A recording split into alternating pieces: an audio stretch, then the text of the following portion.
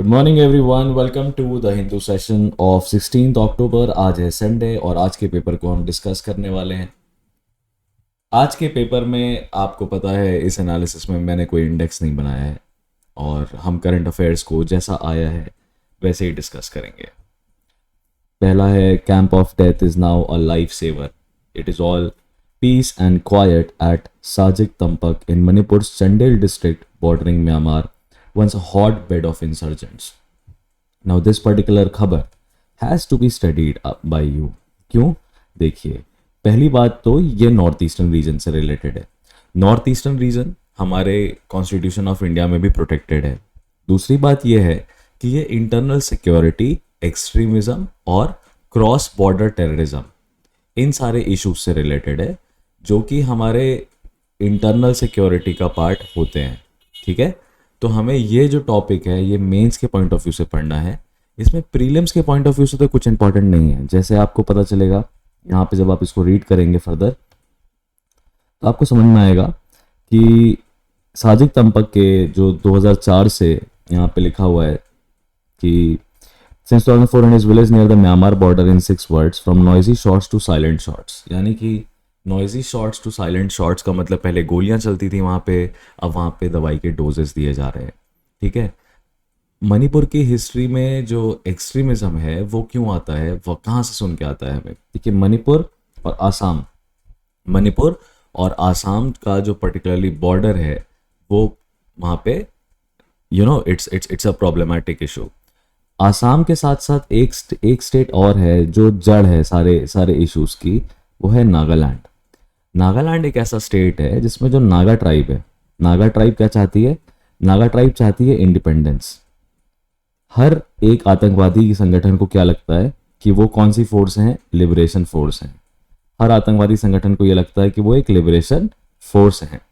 तो इसी तरीके से नागा ट्राइब जो है भाई स्ट्रांग है ये लोग, है ना। तो ये चाहते हैं नागालिम बनाना। नागालिम मतलब Nagalim is basically a country that they want separate from the dominion of India, और you can say union of India. तो यहाँ पे आपको दिखाई देगा कि the unit is about 300 meters from the grimmest reminder of a gory past. Gory means not the beauty वाला गोरी, which means it's a very sad past. ठीक है, for the villagers a zone memorial listing names of 24 cookie जो tribal man. सो इसमें आपको पढ़ने के लिए ये काम करना चाहिए, ट्राइब्स ऑफ नॉर्थ ईस्ट को एक जगह पे एनलिस्ट कर लेना चाहिए। Tribes of north eastern reason को एक जगह पे एनलिस्ट कर लेना चाहिए आपको।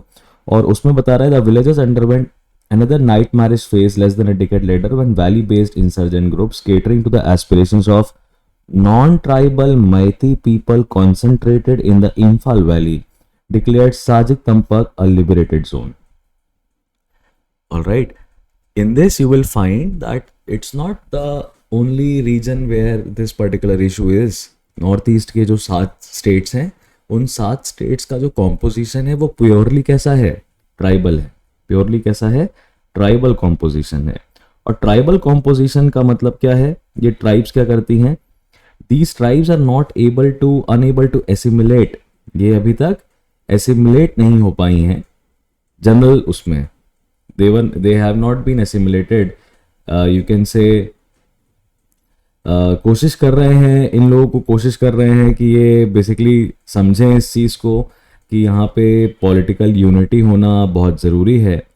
But then this particular idea of political unity is like you can understand that this particular idea is naive to them, vague to them. तो वो चाहते हैं कि वो क्या हो जाए? वो आज़ाद हो जाए, है ना। तो यहाँ पे आपको ये वाला इशू जो है ये आपके GS 2 के पॉइंट ऑफ व्यू से भी इम्पॉर्टेंट है, GS 3 के पॉइंट ऑफ व्यू से भी इम्पॉर्टेंट है। GS 3 के पॉइंट ऑफ व्यू से क्यों इम्पॉर्टेंट हो सकता है? क्योंकि हम ये कह सकते हैं कि यहाँ पे ऐसा क्या चीज़ हम कर सकते हैं, what can we do particularly to enable कि ये जो ट्राइबल रीजन्स हैं यहाँ पे प्रोटेस्ट खत्म हो जाए। तो मैं आपको कुछ चीज़ें लिख के बताता हूँ। Like I was sharing it to you कि आपको ये पता करना है ना कि हमें ये लिख के देखना है कि हम क्या क्या कर सकते हैं नॉर्थ ईस्टर्न रीजन को मेन रीजन्स के साथ एसिमिलेट कराने के लिए।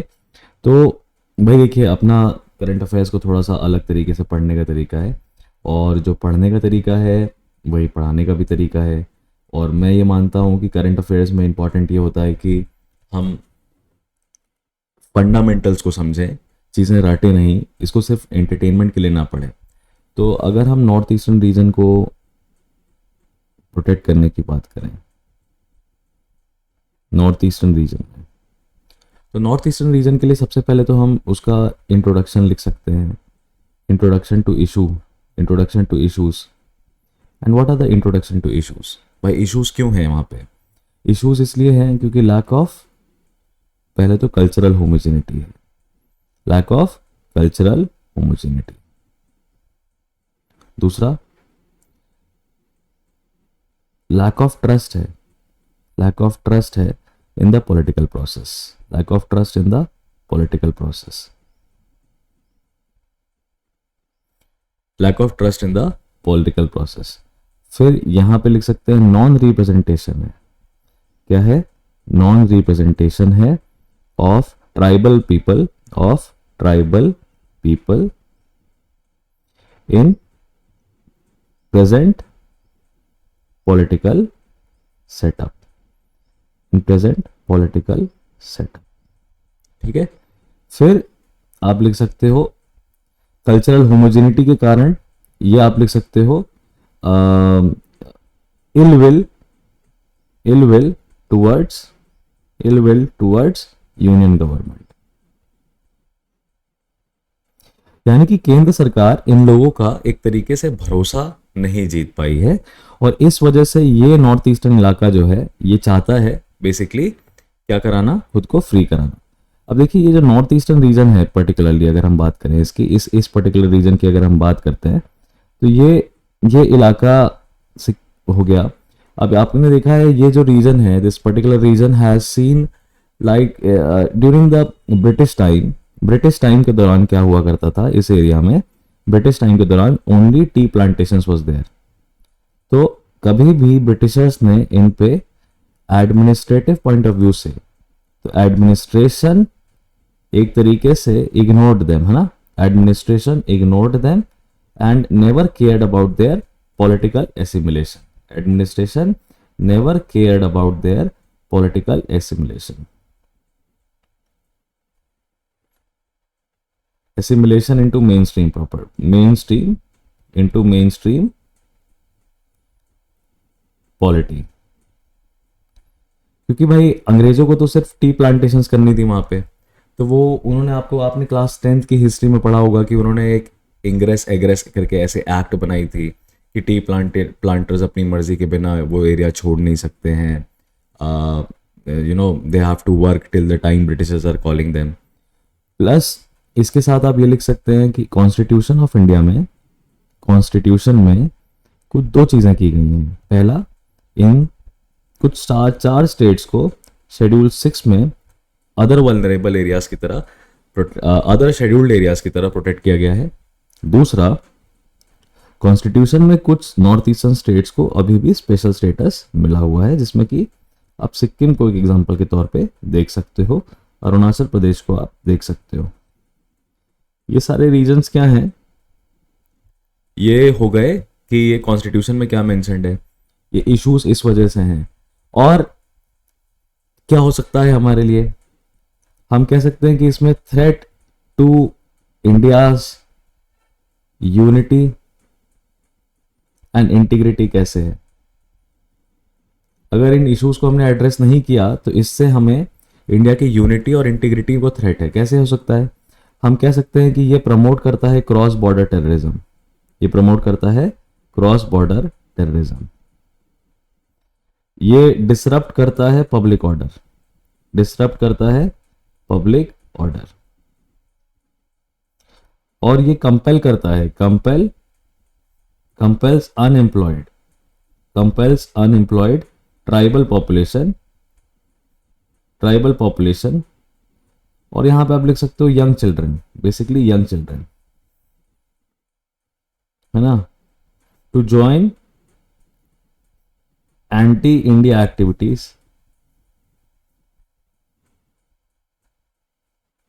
Eight a young age. ठीक है। Along with that, this is a threat to life and liberty of tourists in that region. Also, this deprives India's image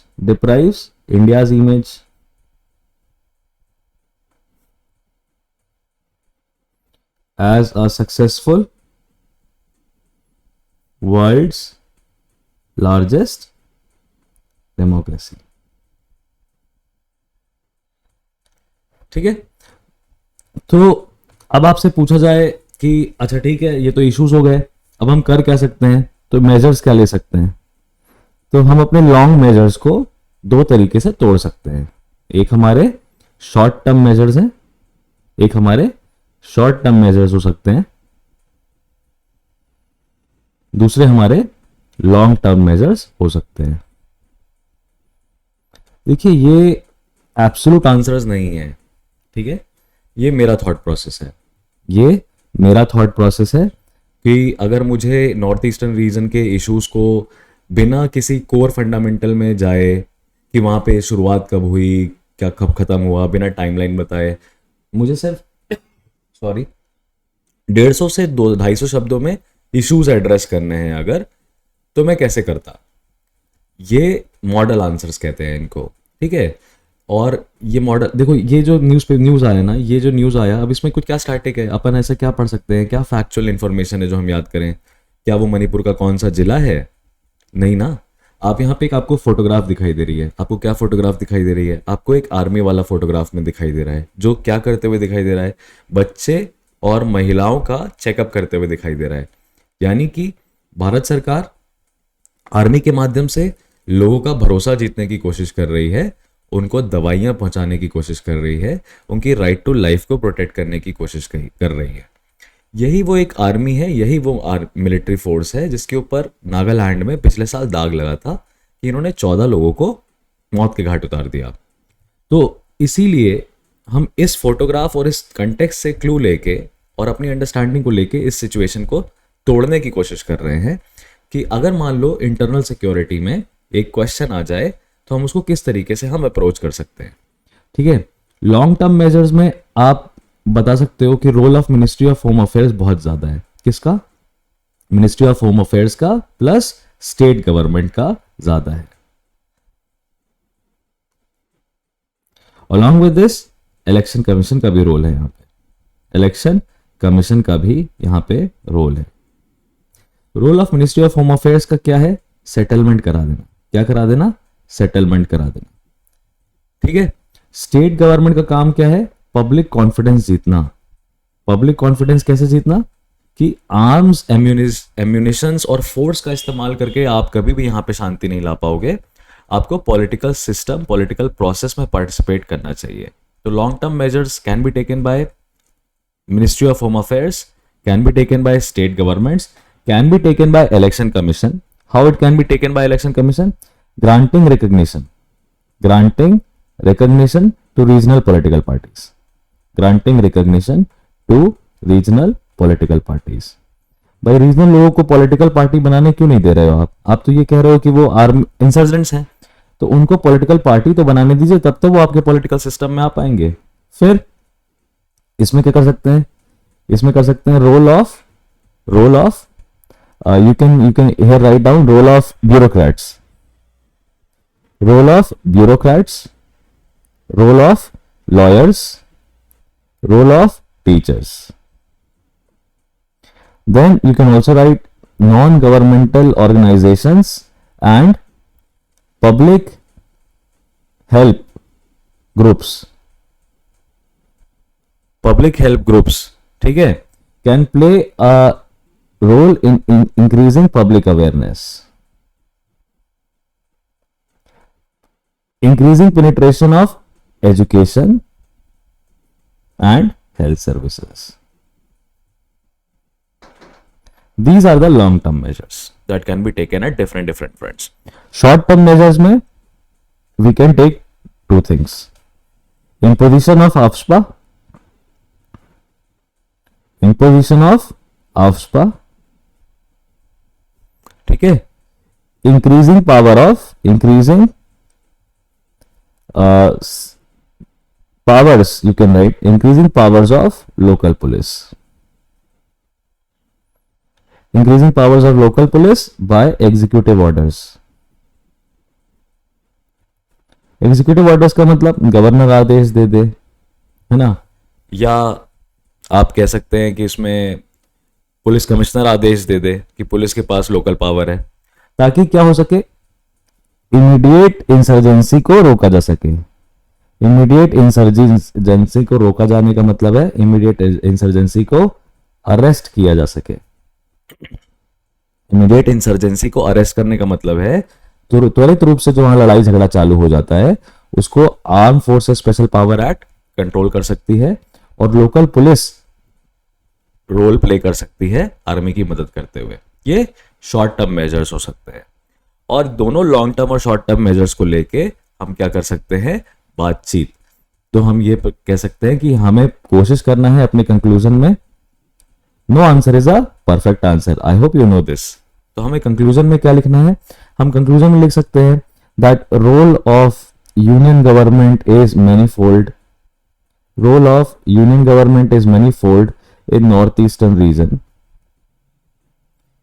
कह सकते हो कि तुम वहां के रीजन से डेवलपमेंट कराना, इंसर्जेंसी कर्टेल करना, इंसर्जेंसी कर्टेलमेंट करना, अलॉन्ग विथ पब्लिक ट्रस्ट जीतना, पब्लिक ट्रस्ट जीतना, सो दैट नॉर्थ ईस्ट को आप क्या कर सको,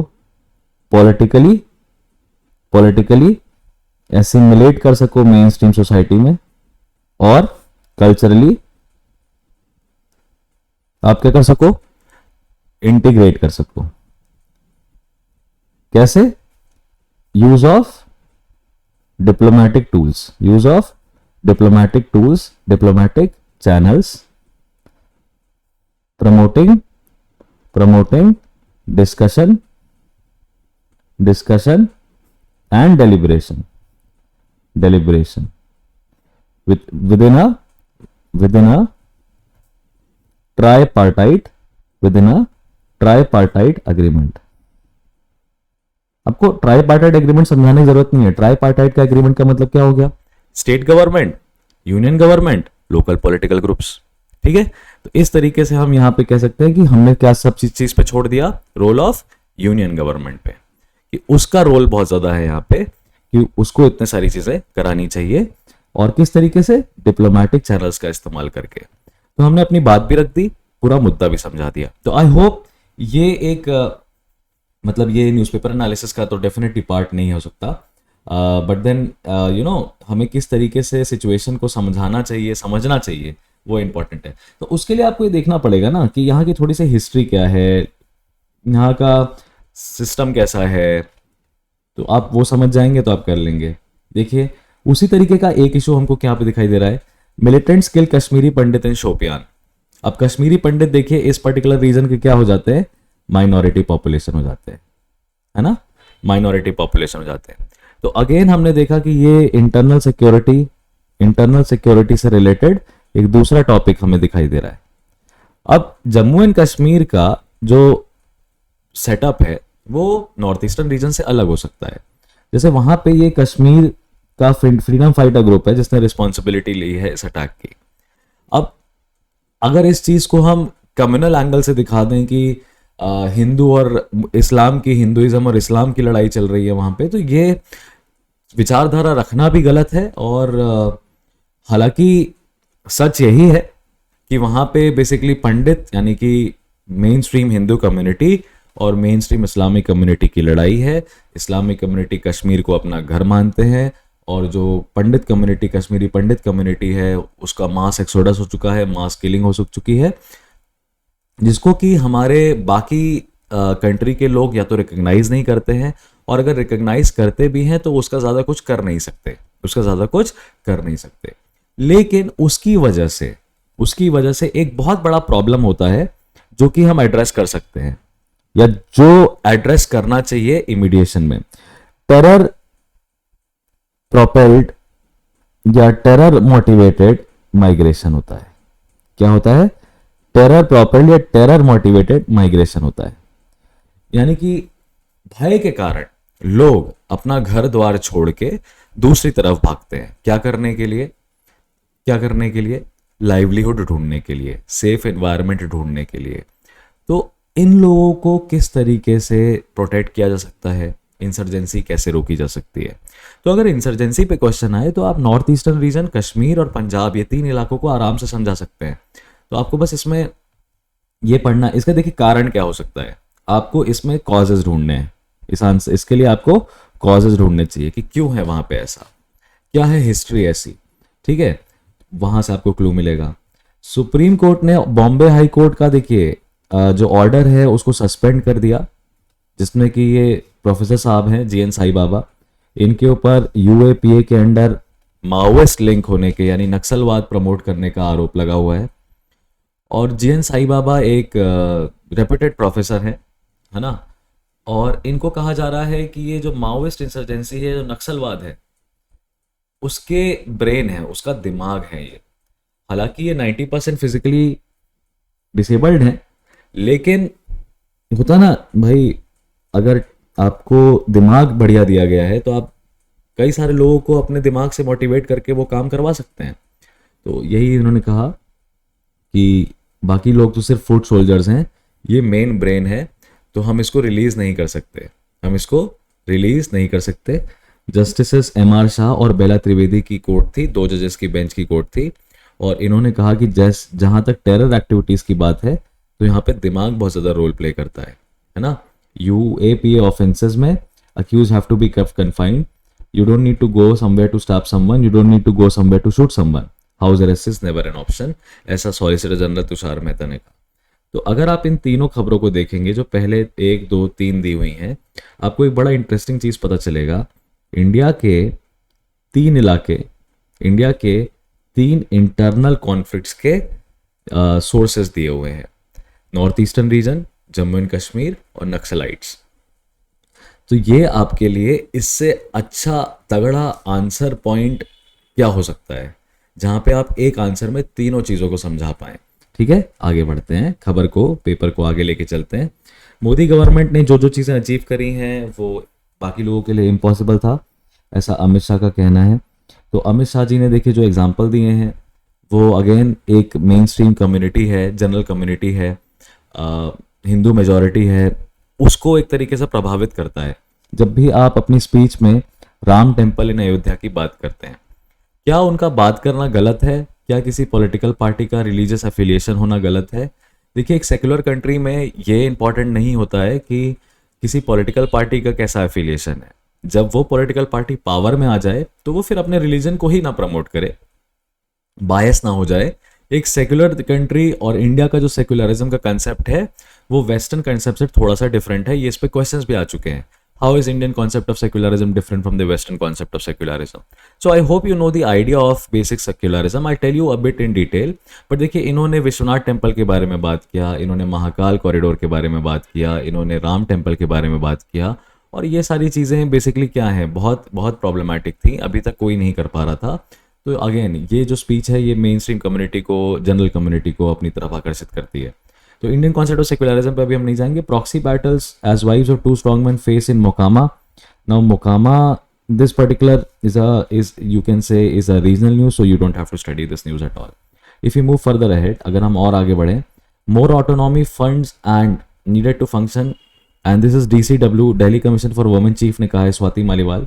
she is a very famous person on Instagram, famous person as in कि she is और definitely an IAS officer, और ये बेसिकली जगह जगह पे जा जाके क्या करती हैं, महिलाओं से बात करती हैं।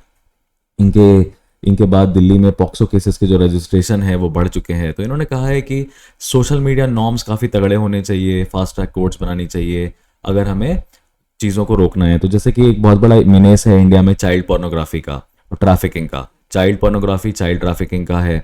मी टू एलिगेशंस हमारे लिए एक एग्जांपल के तौर पे आता है कि साजिद खान को बुला लिया गया बिग बॉस में, मी टू एलिगेशंस उन पे लगे थे। तो रेप थ्रेट्स का कल्चर जो है वो नॉर्मल होता जा रहा है, और जब भी वुमेन जो है बोलना चाहती हैं तो उनको दबा दिया जाता है।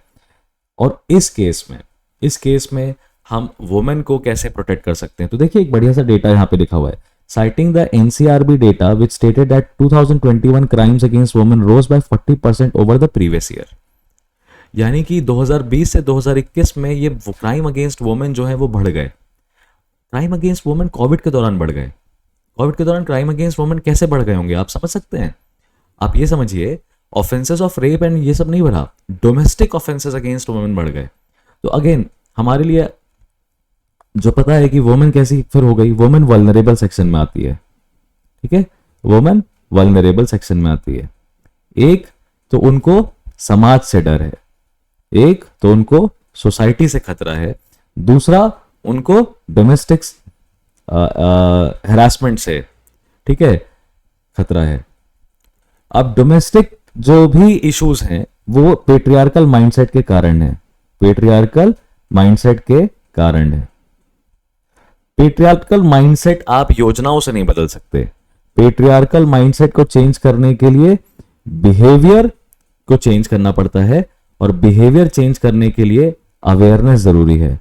अवेयरनेस जरूरी है। अवेयरनेस कैसे आती है? स्ट्रिंजेंट लॉज से आती है। पहली बात तो स्ट्रिंजेंट लॉज से आती है। अवेयरनेस आती है जुडिशरी जैसे फंक्शन करे वहां पे, भाई रेप केसेस फटाफट रिजॉल्व हो जाते हैं और रेप केसेस के रेप अक्यूज्ड को फटाफट जेल भेज दिया जाता है। पार्टिसिपेशन ऑफ स्टेक होल्डर्स जो हैं उनका पार्टिसिपेशन कैसा है, अवेयरनेस वैसे बढ़ाई जा सकती है। सोसाइटी के जो इश्यूज हैं, सोसाइटी के जो इश्यूज हैं वो स्टेट कंट्रोल हो सकता है, उस पर स्टेट का कंट्रोल हो सकता है, ठीक है। यहां पे भी बिहेवियर चेंज करने की बात है और यहां पे भी अवेयरनेस जो है एक लीडिंग रोल प्ले करेगा। लेकिन यहां पे इंप्लीमेंटेशन ऑफ लॉज जो है, इंप्लीमेंटेशन देखिए, एक होता है कि लोगों को पता है कि कानून जो है रेप का बड़ा सख्त है ना, लेकिन उसका इंप्लीमेंटेशन बड़ा पुअर है। तो घर में तो आप समझ जाओगे, डर के रहोगे, सोसाइटी में कुछ क्रिमिनल्स हैं, जैसे कि कहा जाता है क्राइम में फेमस एक ये कहा जाता है कि crime will happen, crime can not be controlled. Crime को आप कंट्रोल नहीं कर सकते, but you can always control the criminal, but you can always control the criminal.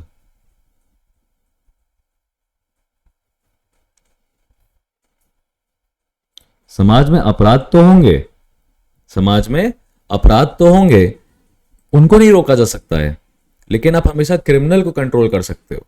तो क्रिमिनल को कंट्रोल करने के लिए क्या तरीके हैं? तो यहां पे आप एनसीआरबी का डेटा यूज करके वुमेन को कहां कहां से थ्रेट है, सेफ्टी का क्या बात है, सिर्फ सेफ्टी की बात नहीं करेंगे हम यहाँ पे।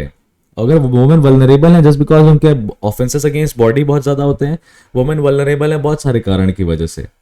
और कारण क्या हो सकते हैं? और कारण क्या हो सकते हैं?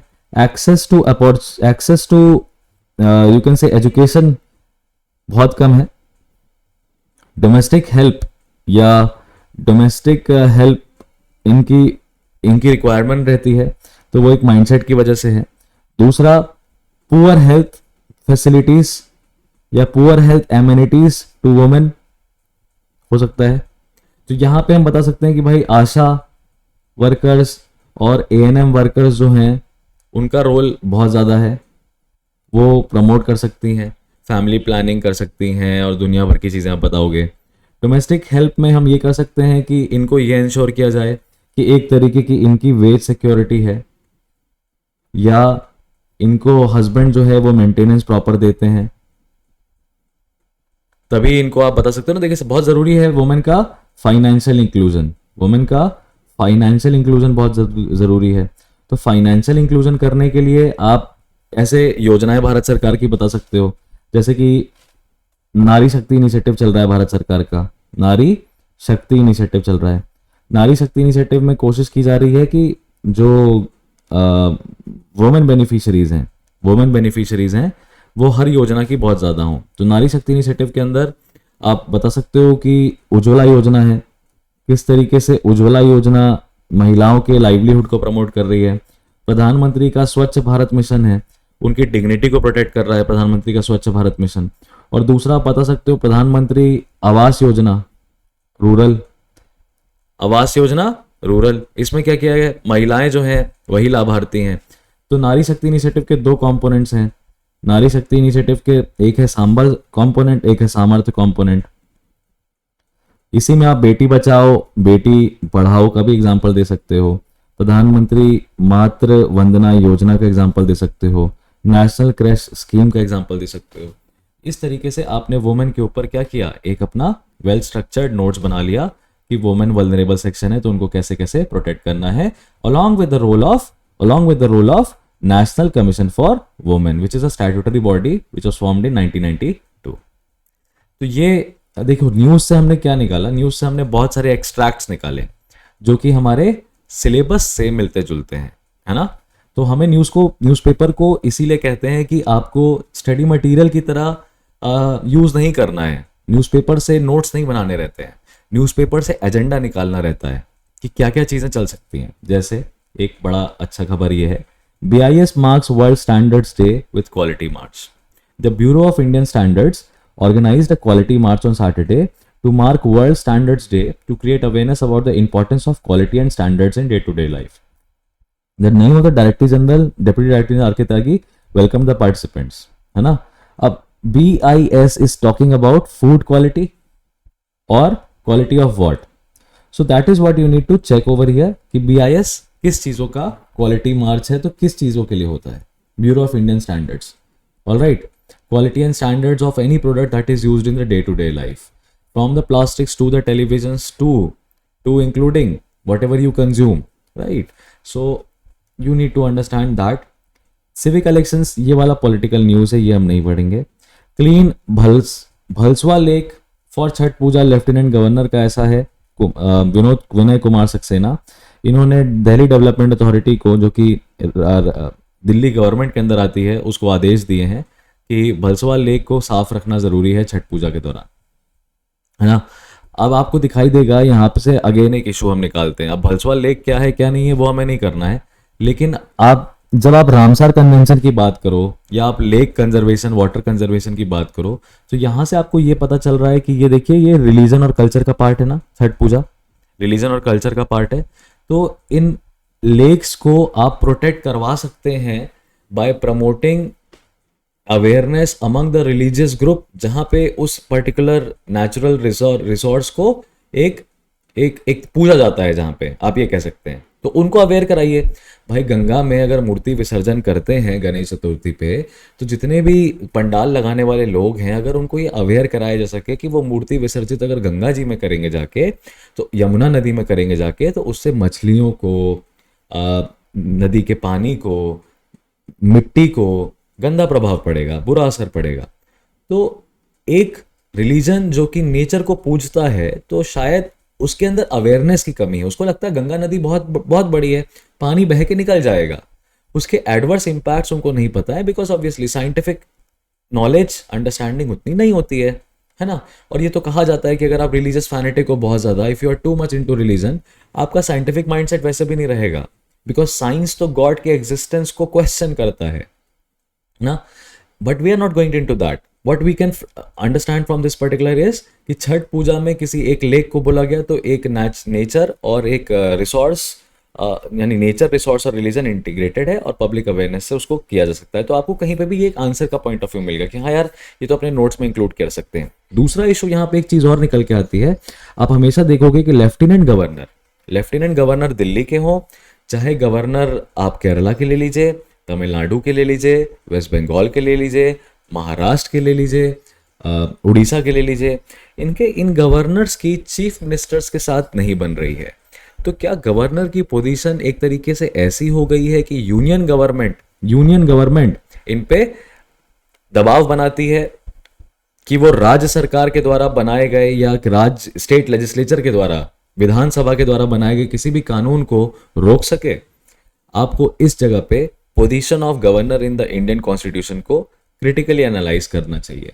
सो there Lakshmikant will definitely help you in understanding what is the unique position of governors and lieutenant governors. Now 40 teams monitoring pollution violations, Air Quality Commission for Air Quality Management are rigorously monitoring enforcement and compliance of air pollution laws in Delhi. Now Commission for Air Quality Management is what? CAQM is a particular thing जो कि हम पढ़ते हैं जब हम burning को issue को समझते हैं। अब ठंडी आ गई है, ठंडी में दिल्ली की हवा जो है वो बड़ काफ़ी दूषित हो जाती है, क्योंकि पंजाब में जो ये पिराली जलाई जाती है ना, जो ये खारिफ क्रॉप यानी कि चावल की कटाई के दौरान जो बचा हुआ क्रॉप रेसिड्यू है उसको जला दिया जाता है, तो उससे हवा दूषित होती है और फिर वो पंजाब, हरियाणा, दिल्ली, राजस्थान, यूपी की तरफ बढ़ती है। तो उसकी वजह से ठंडी में कोहरा और धुआं मिला के क्या बना देता है, स्मॉग बना देता है। अब स्मॉग के बहुत ज़्यादा हेल्थ इम्प्लीकेशंस हैं, ये आपकी लाइफ एक्सपेक्टेंसी को सीधे सीधे 3 साल कम कर सकता है। तो बहुत ज़रूरी है कि दिल्ली की हवा को साफ़ किया जाए। तो उसके लिए commission for air quality management बनाया गया था 2021 में। Air quality Delhi NCR and adjoining areas act ऐसा करके एक स्टैट्यूटरी बॉडी। तो अब इसका रोल और फंक्शन क्या है वो प्रीलिम्स पॉइंट ऑफ व्यू से हमारे लिए हो जाता है कि CAQM का कॉम्पोजिशन क्या है, इसका फंक्शन क्या है।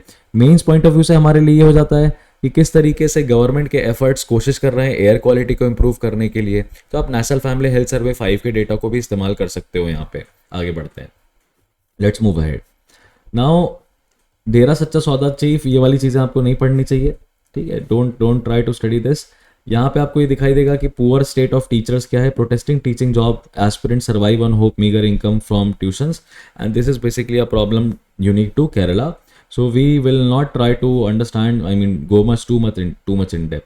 First flood warning issued at Prakasam barrage, low lying areas face threat. ये कृष्णा नदी में फिर से बाढ़ आने की संभावना है और ये वापस से इशू जो है ये खुलते हुए नज़र आ रहा है।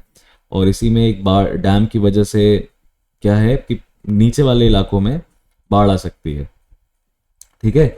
अब देखो अगेन ये जो इशू आया ये वाटर शेयरिंग डिस्प्यूट्स हैं। ये कैसे डिस्प्यूट्स हैं, वाटर शेयरिंग डिस्प्यूट्स हैं। वाटर शेयरिंग डिस्प्यूट्स में आपने देखा है कि सरदार सरोवर डैम के ऊपर डिस्प्यूट चला, पोलावरम डैम के ऊपर तेलंगाना आंध्र प्रदेश में डिस्प्यूट चल रहा है, ठीक है, जिसमें भद्राचलम नाम का शहर डूब गया। इसी तरीके से आप देखते हो कर्नाटका आंध्र प्रदेश में डिस्प्यूट चल रहा है। आप इस तरीके से देखते हो तमिलनाडु केरला में डिस्प्यूट चल रहा है। तो ये सेंट्रल वाटर कमीशन और इंटर स्टेट वाटर डिस्प्यूट्स को किस तरीके से रिजॉल्व किया जाता है, क्यों है डिस्प्यूट, कौन कौन से डैम्स हैं जिनको कि अभी वापस से देखा जा रहा है कि यार ये इशू है, क्या रोल प्ले करती है यानी सेंट्रल गवर्नमेंट और स्टेट गवर्नमेंट, क्या इसमें कुछ ऐसा प्रोविज़न है कॉन्स्टिट्यूशन में। देखिए कॉन्स्टिट्यूशन में कहा गया है कि इनलैंड वाटरवेज जो हैं यानी नदी के जो रास्ते हैं उसका अगर विकास कराना है, डेवलपमेंट कराना है तो वो यूनियन गवर्नमेंट का काम है। पर उन्हीं की नदी के रास्ते या उन्हीं नदी का इस्तेमाल करके अगर कैनाल्स हैं, एम्बैंकमेंट्स हैं, बैरेजेस हैं, डैम्स हैं जो कि फ्लड कंट्रोल मेजर्स हैं, डिजास्टर कंट्रोल मेजर्स हैं या एग्रीकल्चर से रिलेटेड है, वो सब स्टेट लिस्ट के अंदर आते हैं। तो एक ही नदी जिसका जुरिस्डिक्शन दोनों के पास है, अलग अलग लिस्ट में, अलग अलग फंक्शन में, तो यहाँ पे कॉन्फ्लिक्ट हो जाता है। भाई अगर सेंट्रल गवर्नमेंट कहती है कि बाढ़ को कंट्रोल करना है तो आप इस नदी में हम क्या करेंगे, डैम बना देंगे। तो राज्य सरकार कहती है कि डैम आप बना देंगे तो नीचे वाले इलाकों का इरिगेशन इफेक्ट होगा और इरिगेशन हमारा जुरिस्डिक्शन है। तो सेंट्रल गवर्नमेंट और स्टेट गवर्नमेंट में जो शेड्यूल 7 है उसमें वाटर को लेके काफ़ी क्लैरिटी है नहीं। प्लस एक नई मिनिस्ट्री भी बनाई गई, मिनिस्ट्री ऑफ जल शक्ति 2019 में। 2019 में जब ये मंत्रालय बनाया गया तो ये सोच के बनाया गया कि हम कोशिश करेंगे कि जो भी पानी के इश्यूज हैं वो सारे रिजॉल्व हो जाएं। तो अगेन हम देखिए क्या फोकस कर रहे हैं यार, हम फैक्ट्स को फोकस नहीं कर रहे हैं, हम एजेंडाज निकाल रहे हैं कि क्या क्या चीज़ें आ सकती हैं। 6 varieties of Neela Kurinji identified in Santhanpara region of western Ghats. अब वेस्टर्न घाट्स क्या है, इंडिया में एक बायो हॉटस्पॉट है। क्या है, एक बायो हॉटस्पॉट है। तो वेस्टर्न घाट्स की यूनिक पोजीशन है। क्यों है वेस्टर्न घाट्स बायो हॉटस्पॉट? क्या इसमें United Nations world heritage site वाला कुछ रोल प्ले करेगा? क्या है ज्योग्राफिकल फैक्टर्स जिसकी वजह से वेस्टर्न घाट्स जो हैं एक बायोलॉजिकल हॉटस्पॉट हैं? तो वो चीज़ें डेफिनेटली आपको रिसर्च करना चाहिए। वैरायटीज़ के नाम याद करने पड़ेंगे, कतई नहीं याद करने चाहिए। ये सारी चीज़ें आपको इतना ज़्यादा आएगा कि you will not be able to retain all of that. फिर देखिए एनिमल ह्यूमन कॉन्फ्लिक्ट यहाँ पे दिखाया गया है। एनिमल ह्यूमन कॉन्फ्लिक्ट है एनिमल ह्यूमन कॉन्फ्लिक्ट में एलिफेंट की एक डेथ है जिसने कि low hanging power lines in Assam region में लो हैंगिंग पावर लाइंस की वजह से, डिब्रूगढ़ इलाका है, उसकी वजह से एक हाथी जो है उसको बिजली का झटका लग गया। कौन से नेशनल पार्क में?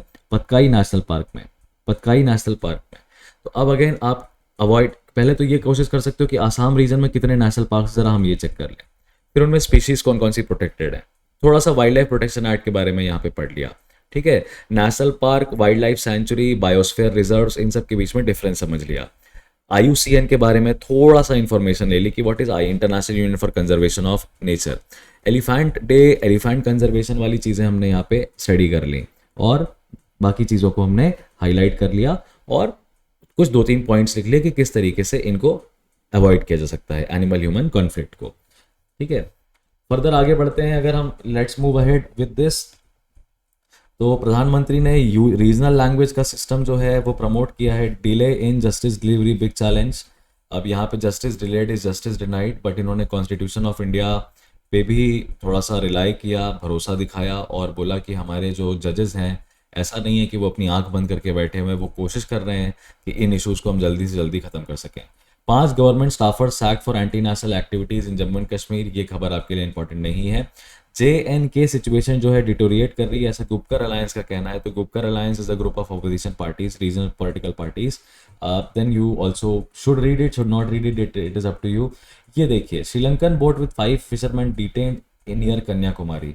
तो lack of respect of United Nations convention on law of seas, UN close के लैक ऑफ कन्वेंशन अंडरस्टैंडिंग की वजह से लोगों में अवेयरनेस नहीं होती है कि वो कब भारत की कोस्ट लाइन के अंदर आ जाते हैं, और फिर इंडिया की आर्मी, इंडिया की नेवी उनको अरेस्ट कर लेती है।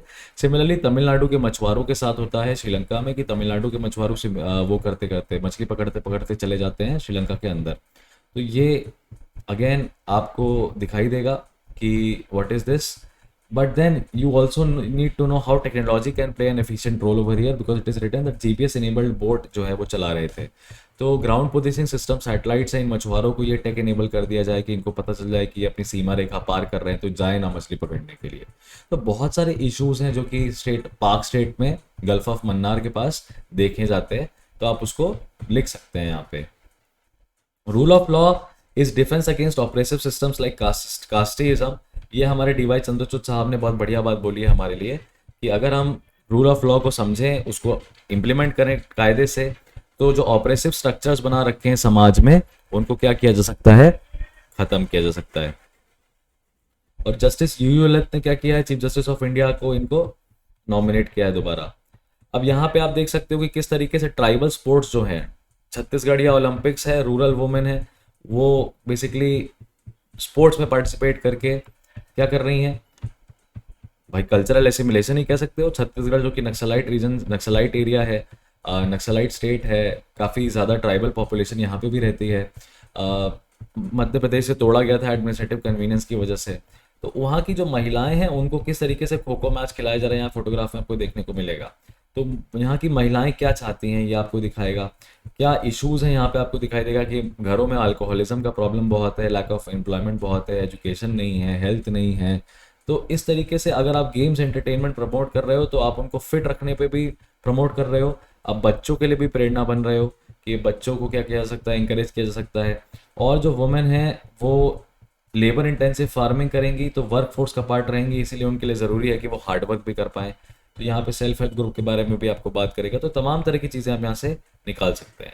Centre custody Sri Lanka's proposal to transfer gaur, Indian gaur जो है, ये भी अगेन आप देख सकते हो कि 17वीं सेंचुरी से बोला जा रहा है कि एक्सटेंट हो चुका है, तो अब हम श्रीलंका से यहाँ मंगाएंगे। इंडिया और US के बीच में जो ट्रेड पॉलिसी फोरम है वो नवंबर 8 को रिज्यूम होगा। तो US ट्रेड रिप्रेजेंटेटिव कैथरीन ताई जो है वो बायलैटरल मीटिंग करेंगी। इंडिया ने गाम्बियन का जो कफ सिरप की वजह से जो डेथ हुई है गाम्बिया में, इंडिया ने कफ सिरप बोला कि फॉल्टी कफ सिरप बना के दे दिया, जिसकी वजह से बहुत सारे बच्चे जो हैं वो मारे गए, 40-50 बच्चों की डेथ हो गई है। अब इसमें इंडिया ने बोला है कि हमें WHO के माध्यम से और इन्फॉर्मेशन चाहिए कि ऐसा क्या हुआ है। इंडिया ने ये भी बोला है कि आप सैंपल्स हमें दीजिए ताकि हम उस चीज़ का एनालिसिस कर सकें कि आखिरकार किडनी इंजरी की वजह से मरे या कुछ और बायोलॉजिकल कुछ और फैक्टर्स हैं जिनकी वजह से डेथ हुई है। क्योंकि इंडिया का जो एक net pharmacy of the world की जो इमेज है, उसके ऊपर ये रिसेंट इंसिडेंट्स, गाम्बिया के इंसिडेंट्स दाग लगा रहे हैं, तो वो आपको पढ़ लेना चाहिए। अब ये एक काफ़ी अच्छी खबर आ रही है कि गवर्नमेंट ने एज़ यूजुअल रिजेक्ट कर दिया है ग्लोबल हंगर इंडेक्स में इंडिया को जो 107वीं पोजीशन दी गई है। गवर्नमेंट ऑफ इंडिया ने ये कह दिया कि ये भारत सरकार की जो छवि है उसको टार्निश करने की कोशिश कर रहा है ना। और इसके पीछे का कारण काफ़ी सॉलिड दिया है इंडिया ने। ऐसा नहीं है कि भारत सरकार कह रही है तो ज़बरदस्ती, आदत है भारत सरकार की नकार देने की चीज़ों को। भारत सरकार कह रही है कि पहली बात तो ये बताइए कि आपने हमें जो स्कोर दिया है वो किस आधार पे दिया है। आपने सिर्फ जो है 4 इंडिकेटर्स यूज़ किए हैं इंडेक्स के, है ना। जो इंडिकेटर्स यूज़ किए हैं उसमें आपने स्टेटस ऑफ चिल्ड्रन लिया है, सिर्फ बच्चों का जो न्यूट्रिशन है वो किस लेवल का है, और उसके बेसिस पे आपने जनरल पॉपुलेशन का भी न्यूट्रिशन असेस कर लिया। ठीक है, तो ये एक प्रॉब्लम आया। अब इसको काउंटर करने के लिए आप डेफिनेटली बोल सकते हो कि तो क्या मतलब है, अगर बच्चे नहीं खा पा रहे हैं तो बड़े कहाँ से खा रहे होंगे, तमाम तरह की चीज़ें हैं। बट चिल्ड्रन पॉपुलेशन भी तो कम है, चिल्ड्रन पॉपुलेशन भी तो कम है, और चिल्ड्रन डिपेंडेंट्स भी तो होते हैं। एडल्ट पॉपुलेशन को क्यों नहीं लिया? रूरल और अर्बन के असेसमेंट आपने प्रॉपरली क्यों नहीं किया? अब वो चिल्ड्रन रूरल के थे या अर्बन के थे, तो इंडिया में हंगर नहीं है ये तो नहीं कहा जा सकता, लेकिन बांग्लादेश और चाइना के मुकाबले भी कम है, ये क्वेश्चन मार्क रेज होता है। ठीक है, उसके बाद दूसरा है यहाँ पे minister of women and child development ने कहा कि आपने जो सैंपल टेस्टिंग करी है वो 3000 लोगों पे सैंपल टेस्टिंग करी है। अब 3000 लोग 1.3 बिलियन पॉपुलेशन की 125 करोड़ की आबादी को तो रिप्रेजेंट नहीं कर सकते। तो ये भारत सरकार ने इन 2 आधार पे इस इंडेक्स को मानने से मना कर दिया है। इसके बाद आपको जो चीज़ें पढ़नी चाहिए वो ये सारी हैं। इसरो का LMV-3 जो है वो लॉन्च होगा, वन वेब को लॉन्च करेगा, ये आई थिंक आपको कवर हो चुका है करंट अफेयर्स में। इंडिया की सब्सिडीज़ को वर्ल्ड बैंक को एक तरीके से नहीं देखना चाहिए, डायमेंशनली नहीं देखना चाहिए। तो वर्ल्ड बैंक और इंडिया के बीच में क्या दिक्कत है? वॉल स्ट्रीट जर्नल का एक रीसेंट एडवर्टीजमेंट आया जो कि इंडिया की सॉवरेनिटी पर अटैक है, तो आप ये वाली खबर पढ़ सकते हैं। 138 exotic mammals bird crocodile rescued in Mizoram, again वो वाइल्ड लाइफ से रिलेटेड है। गिफ्ट सिटी है, UN हैबिटेट और इन सब चीज़ों से रिलेटेड है। बाकी ये सारी चीज़ें आप छोड़ सकते हो। ये वाला जो एडिटोरियल है आप इसको पढ़िएगा, और यहाँ पे लिखा हुआ है कि लेक्चर्स फ्रॉम दिस, तो ये आपको पढ़ने की उतनी ज़रूरत नहीं है। लाइफ फॉर्म्स के लर्निंग क्या है, लर्निंग न्यू लाइफ फॉर्म्स है, तो आप उसको देख सकते हैं। लेकिन आप ये वाली चीज़ ज़्यादा पढ़ेंगे, ये वाला टॉपिक ज़्यादा पढ़ेंगे कि कॉलेजियम सिस्टम का फंक्शनिंग क्यों दिक्कत हो रहा है, और यूके का इकोनॉमिक क्राइसिस आखिरकार अभी किस कारण की वजह से आया। ये सारे फैक्टर्स आपको रीड करने के बाद बाकी ज़्यादा कुछ आपको नहीं पढ़ना है। तो आई थिंक आपका न्यूज़पेपर का एक एक चीज़ हमने नहीं करी है, लेकिन हम आपको पूरा एजेंडा समझा दिए हैं कि क्या क्या चीज़ें आपको पढ़ लेनी चाहिए। सो ठीक है, आज का सेशन यहीं ख़त्म करते हैं। This was Harshvardhan Tripathi. I will see you guys in the next session.